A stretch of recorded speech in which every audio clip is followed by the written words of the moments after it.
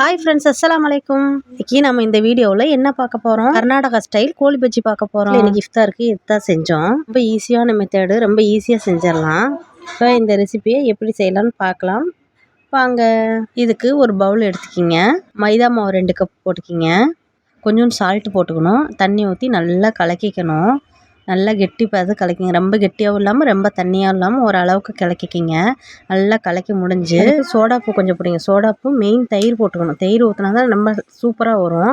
அதுக்கப்புறம் வெங்காயம், கொத்தமல்லி, சீரகம் நல்லா போட்டு நல்லா கிண்டி 1 மணி நேரம் ஊற வச்சிடணும். 1 மணி நேரம் கழித்து வானலில் எண்ணெய் ஊற்றி எண்ணெய் நல்லா காஞ்சோன்னா போட்டு எடுத்திங்கன்னா புஸ்ஸுன்னு என்னங்க ஹோட்டலில் பந்தாக வரும். என்ன பண்ணுறது, வீட்டில் இது மாதிரி தான் வரும். ஆனால் டேஸ்ட் வேறு லெவலாக இருக்கும். சேவ் பண்ணியாச்சு. இந்த ரெசிபி நீங்களும் செஞ்சு பாருங்கள். செஞ்சு பார்த்துட்டு எப்படி இருந்துச்சு கமெண்ட் பண்ணுங்க. அப்படியே கொண்டு போய் அல்ஃபின் குட்டி கொடுத்தேன். அல்ஃபின் குட்டி டேஸ்ட் பண்ணி பார்த்துட்டு வேற லெவலில் சூப்பராக இருக்குதுமா அப்படின்னு சொன்னா.